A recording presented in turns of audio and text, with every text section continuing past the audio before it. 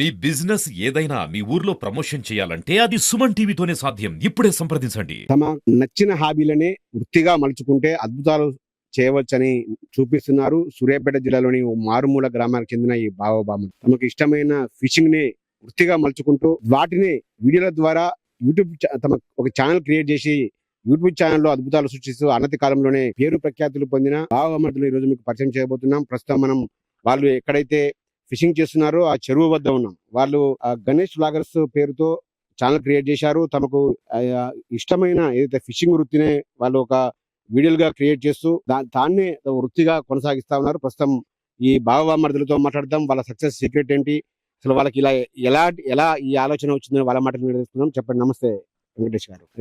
ఎలా వచ్చింది మీకు ఈ ఆలోచన? అసలు ఫస్ట్ ఆఫ్ ఆల్ ఎన్ని రోజుల క్రితం మీ ఫిషింగ్ చేయడం స్టార్ట్ చేశారు?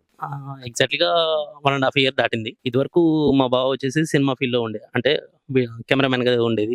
ఇక అప్పుడు కరోనా టైంలో బాగాలేదని చెప్పేసి ఊళ్ళోకి వచ్చిండు. ఊళ్ళోకి వచ్చిన తర్వాత మా బాబాయ్ ఉంటాడు, గవర్నమెంట్ టీచర్. తన నుండి యూట్యూబ్ ఛానల్ పెట్టుకోండి, మంచిగా ఉంటది, ఎట్లయినా మనం అయితే డైలీగా ఫిషింగ్ అయితే వెళ్తాం కదా అనేసరికి ఆ సజెషన్ మీద స్టార్ట్ చేసి స్టార్టింగ్ లో ముగ్గురం కలిసి వీడియో తీసి స్టార్ట్ చేసేది. ఇక ఒకనొక సిచ్యువేషన్ బాబాయ్కి వీలు పడక గవర్నమెంట్ ఎంప్లాయీ ఉండి రెగ్యులర్ గా వెళ్ళలేదు. మీ ఇద్దరం ఇంకా కంటిన్యూషన్ గా దీని మీద ఉండేసరికి రెగ్యులర్ గా ఫిషింగ్ పోవడం వచ్చిందని దాన్ని మా బావ వాయిస్ ఓవర్ తోటి బాగా క్లిక్ అయింది. వచ్చిన వీడియోస్ సక్సెస్ అవ్వడం, వ్యూస్ ఎక్కువ పోవడం, దాంతో సబ్స్క్రైబర్లు అందరూ మమ్మల్ని ఆదరించడం. అదే ఎలాగైనా బాగుందని ఇది ఫస్ట్ టైం పార్ట్ టైం చేసేది, ఇప్పుడు ఫుల్ టైం చేస్తున్నాం. ఇంకా ఎట్లయినా డైలీ వీడియోస్ రావడం కోసం అని చెప్పేసి. ఎక్కడెక్కడ తిరుగుతారు ఈ వీడియోస్ కోసము? రోజు ఎలా పట్టిన చేపల్ని ఏం చేస్తారు? స్టార్టింగ్ లో వచ్చేసి లోకల్నే తిరిగేది. ఇప్పుడు సబ్స్క్రైబర్ల నుంచి ఎక్కడి నుంచి అయితే ఫోన్స్ వస్తాయో అక్కడికి వెళ్తాం. ఎక్కడికి వెళ్ళి వాళ్ళకే చేపలు పట్టించేస్తాం. లేదు మన ప్లేస్ లో ఏందనుకో, కొన్ని మనం పోయిన ప్లేస్ లో మాక్సిమం మన సబ్స్క్రైబర్లు ఉంటారు, వాళ్ళకి కొన్ని చేపలు ఇచ్చేసి మిగతా చేపలను మనం తీసుకొచ్చుకుంటాం. ఎలా అనిపిస్తుంది అంటే మీకు ఇది హాబీనే ఒక ఛానల్ గా మలుచుకొని మీరు దాన్ని కొంచెం అమౌంట్ కూడా సంపాదిస్తున్నారు మంత్లీ, ఎలా అనిపిస్తుంది? చాలా హ్యాపీగా ఉంది. సో స్టార్టింగ్ లో అంత ఉండదు అంత ఎర్న్ చేస్తాం అనుకోలేదు, కానీ పర్లేదు. ఇప్పుడు ఎవరికైతే చాలా ఏ వీడియోస్ పెట్టినా సబ్స్క్రైబర్లు దాన్ని మంచిగా ఓ రేంజ్ లో రీచ్ తీసుకెళ్తున్నారు. వాళ్ళకు ప్రత్యేకంగా ధన్యవాదాలు తెలపాలి. ఇప్పటి వరకు అయితే చాలా హ్యాపీగా ఉంది. ఈ ఫిషరీస్ సంబంధించిన ఎక్విప్మెంట్ ఉంది కదా, ఇవి ఎక్కడి నుంచి తీసుకొస్తారు? కాస్ట్ ఎంత అవుతుంది? యాక్చువల్గా స్టార్టింగ్ లో వచ్చేసి హైదరాబాద్ నుంచి తీసుకొచ్చేది, తర్వాత కొన్ని ముంబై నుంచి వస్తున్నాయి, ఇక డిఫరెంట్ ప్లేసెస్ నుంచి వస్తున్నాయి. కొన్ని అంటే స్టార్టింగ్ మొత్తం హంటింగ్ హాబీ అని చెప్పేసి హైదరాబాద్ నుంచి తీసుకొచ్చేది. తర్వాత నెక్స్ట్ ముంబై నుంచి ఫిషాలికా అని చెప్పేసి అతను పంపిస్తాను. మనకి ఏమైనా కావాలనుకుంటే ఆర్డర్ పెట్టుకొని అక్కడ నుంచి తీసుకొచ్చుకోండి. విలేజ్ లోనే ఎక్కడైతే మీ ఊరుందో ఆ ఊర్లోనే మీరు ఉపాధి పొందుతున్నారు మీకు ఇష్టమైన హాబీ ద్వారా. అంటే ఎలా అనిపిస్తుంది? మొత్తం ఊర్లో వాళ్ళు ఏమైనా డిఫరెంట్ గా చూస్తున్నారు? అలాంటిది ఏం లేదు. మాకు ఏంటంటే నచ్చింది. ఇప్పుడు జనరల్ గా ఇది వరకు ఏదో చేపలు పోవడం అంటే ఎంజాయ్మెంట్. ఆ ఎంజాయ్మెంట్ నే మాకు ఇష్టం ఉన్న దాన్ని ఇంకా ఎంజాయ్మెంట్ గా చేస్తున్నాం. అంతేగాని బోరింగ్ అంటూ ఏం ఉండదు. పడకపోయినా ఫుల్ డే కూర్చుంటాం, పడ్డ వీడియో అప్లోడ్ చేస్తాం. దాంట్లో పోయినామంటే చాలా మంది మమ్మల్ని ఆదరించే వాళ్ళే ఉంటారు, కానీ ఇచ్చి ఫిషింగ్ అని చెప్పేసి ఎవరు ఎగతాళి చేసే వాళ్ళు ఎవరు ఉండరు. దానికి ఇంకా అంటే పెద్ద వాళ్ళు కూడా వచ్చేసి మంచిగా సూపర్ పడుతున్నారు అని చెప్పేసి మమ్మల్ని అప్రిషియేట్ చేయడం, అది ఇంకా మాకు బూస్టప్ ఇస్తా ఉంటది.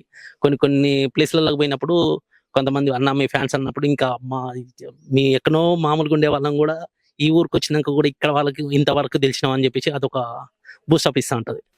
కొత్త కంటెంట్ క్రియేటర్స్ కు మీరు ఏం సలహా ఇస్తారు? నమ్మిన దాన్ని కష్టపడడం, దాన్ని ఏంది ఎవరు ఏమన్నా కానీ పట్టించుకోకుండా దాని మీద నమ్మితే సక్సెస్ అనేది ఆటోమేటిక్ గా అదే వస్తుంటారు.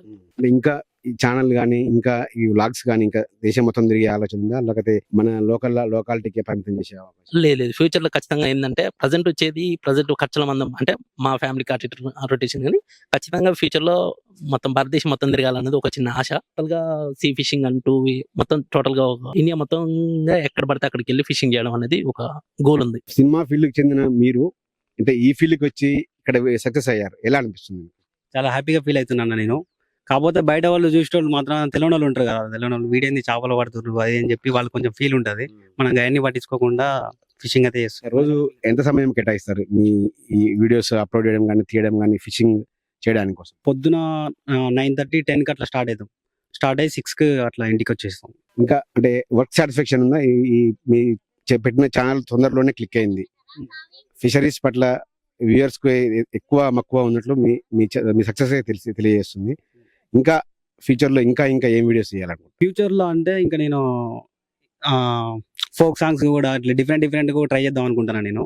అంటే ఎక్కువనైతే ఫిషింగ్ మెయిన్ నాకు content. Next see fishing different చేయాలని నాకు ఇంట్రెస్ట్ బాగా. ఆ సినిమా ఫీల్డ్ లో ఏం చేసేవారు ఇంతకుముందు మీరు అందులో? సినిమా ఫీల్డ్ లో ఈ జబర్దస్త్ ఇవి అసిస్టెంట్ కెమెరామెన్ గా అట్లా వెళ్ళేవాడిని. ఇక నెక్స్ట్ ఆ కరోనా వల్ల వచ్చి ఇంటికి వచ్చేసి ఇవి ఛానల్ స్టార్ట్ చేసిన నేను. సక్సెస్ అయ్యారు మొత్తానికైతే.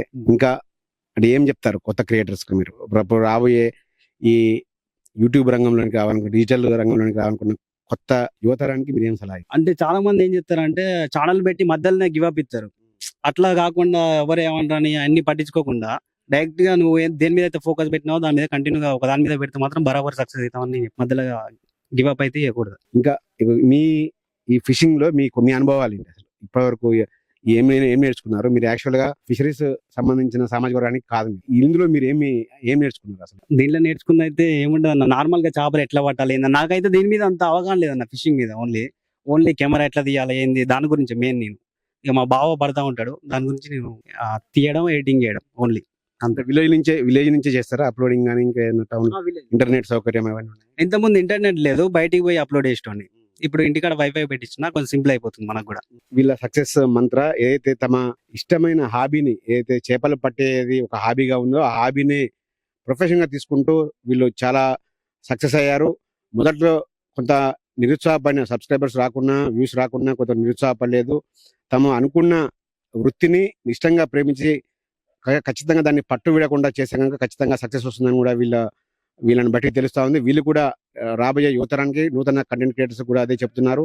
తాము అనతి కాలంలోనే ఎక్కువగా సబ్స్క్రైబర్స్ డిజిటల్ రంగంలో ప్రేక్షకుల అభిమానాన్ని పొందడానికి కారణం మా పట్టుదల, కృషినే కారణం అని చెప్తా ఉన్నారు. ప్రతి ఒక్కరు కూడా పట్టు వదలకుండా తాము చేసే రంగాలపైన కష్టపడితే ఖచ్చితంగా విజయం సాధిస్తుందని కూడా ఈ ఇద్దరు బావబామతులు అయితే చెబుతున్నారు. మొత్తంగా విలేజ్ లోనే ఉంటూ దాదాపు అనుకున్న దానికంటే ఎక్కువగా సంపాదిస్తూ వీళ్ళంతా కూడా తమ తోటి యూత్ కి అయితే ఆదర్శంగా నిలుస్తూ ఉన్నారు. వెంకటేష్, గణేష్ ఇద్దరు బావమతులు కూడా తమ ఫిషింగ్ ఛానల్లో, ఫిషింగ్ వ్లాగ్స్ లో ఉపయోగిస్తుంది ఫిషింగ్ సంబంధించిన ఎక్విప్మెంట్, లేటెస్ట్ ఆధునిక టెక్నాలజీ మాత్రం ఉపయోగిస్తూ వాళ్ళు చేపలు పడుతున్న పరిస్థితి. వీటి గురించి తెలుసుకుందాం. చెప్పండి అసలు వీటి గురించి ఏంటి వెంకటేష్? దీంట్లో ఏంటంటే డిఫరెంట్ రాడ్స్ ఉంటాయి. మనకి ఏంటంటే ఓన్లీ ఎస్పెషల్ గా కొరమేళ్ళు పట్టడానికి యూజ్ చేస్తాం. ఇది 8 ఫీట్ రాడ్, ఇది 7 ఫీట్ రాడ్. దీనికి ఏంటంటే స్పిన్నింగ్ మిషన్ తగ్గించుకోవచ్చు, బైట్ క్యాచింగ్ రీల్ తగ్గించుకోవచ్చు. రెండు ఆప్షన్స్ ఉంటాయి. అంటే రౌల్ పట్టడానికి, కొరమేళ్ళు పట్టడానికి 2 ఆప్షన్స్ ఉంటాయి. రౌల్ పట్టడానికి వచ్చేసి ఇది సేమ్ మిషన్, కానీ ముందు వచ్చేసి గాలం పిండి సపరేట్ పెట్టు. లేదు వాళ్ళ కొరమేళ్ళు పట్టాలనుకుంటే ఈ మిషన్ బదులు కప్పలు ఉంటాయి, ఈ మిషన్ ఈ మిషన్ పెట్టుకొని కప్పలు ఉంటాయి. సేమ్ ఇలాంటి కప్పలు డిఫరెంట్ ఫ్రాగ్స్ ఉంటాయి. ఇంకా మనం ఏది ఇష్టం వచ్చింది ఆ టైంలో కొన్ని వాటర్ పొజిషన్ బట్టి ఆడ దాన్ని వాడుతూ ఉంటాం. హ్యాండ్ ఫ్రాగ్స్ కేరళ నుంచి అందించినవి, ఈ రాయల్ వారియర్, ఈ చీటో ఫ్రాగ్ మామూలుగా ఈ హైదరాబాద్ నుంచి తెప్పించినాయి. ఈ బుల్ ఫ్రాగ్ ఇది ఇక్కడనే. ఈ దుష్మన్ ఇది వచ్చేసి ఇది హ్యాండ్ మేడ్ ఫ్రాగ్. ఇది కూడా ఈ కూడా చీటో ఫ్రాగ్స్, జంపింగ్ ఫ్రాగ్. లేదు ఇవన్నీ కొరమేలు పట్టడానికి, ఎస్పెషల్లీ ఈ కప్పలు ఓన్లీ కొరమేలు పట్టడానికి. దాంట్లో ఏంటంటే డిఫరెంట్ టైప్ ఆఫ్ ఫ్రాగ్స్ ఉంటాయి. ఇక ఒక్కొక్కటి ఏది మార్కెట్ లో కొత్తది అనిపించిందో దాన్ని తీసుకొచ్చుకుంటా ఉంటాం, దాంతో ట్రై చేస్తాం. అటాక్ కొంచెం అట్రాక్షన్ ఉన్న దానికి బాగా అటాక్ చేస్తాం. ఇప్పుడు మొన్న రీసెంట్ తెప్పించింది ఇది, దీనికి బాగా అటాక్ చేస్తాయని చెప్పేసి తీసుకొచ్చినాం. దీంతో చాలా బట్టి దీన్ని ఏమంటారు? ఇదా డెడ్లీ హంట్ 7 ఫీట్ రాడ్ అని చెప్పేసి ఫిషాలిక్ ఇది కంపెనీ. ఎంత పడుతుంది? 2015 షాప్ అతనే మనకు కాంటాక్ట్ నెంబర్ ఉంటుంది. మనం మనీ పే చేస్తే మనకు కొరియర్ ద్వారా పంపిస్తారు. తమ షిప్పింగ్ లో ఆధునికంగా ఫిషింగ్ రాడ్స్ ఉపయోగించడంతో పాటు వాటిని చేపలని ఎరవేయడానికి ఉపయోగించేది. మామూలుగానైతే విలేజ్లలో ఎర్రలు, కప్పలు వంటి వాటిని పంపి మరి వాడుతుంటారు. కానీ వీళ్ళు వాటికి ఎటువంటి ప్రాణహాని జరగకుండా వీటిని ప్లాస్టిక్ వాటిని, కప్పలను, వివిధ రకాల సంబంధించిన కీటకాలను వాటిని ఎరగా వాడుతూ ఫిషింగ్ చేస్తూ వాళ్ళు విజయవంతంగా సక్సెస్ అవుతూ ఉన్నారు.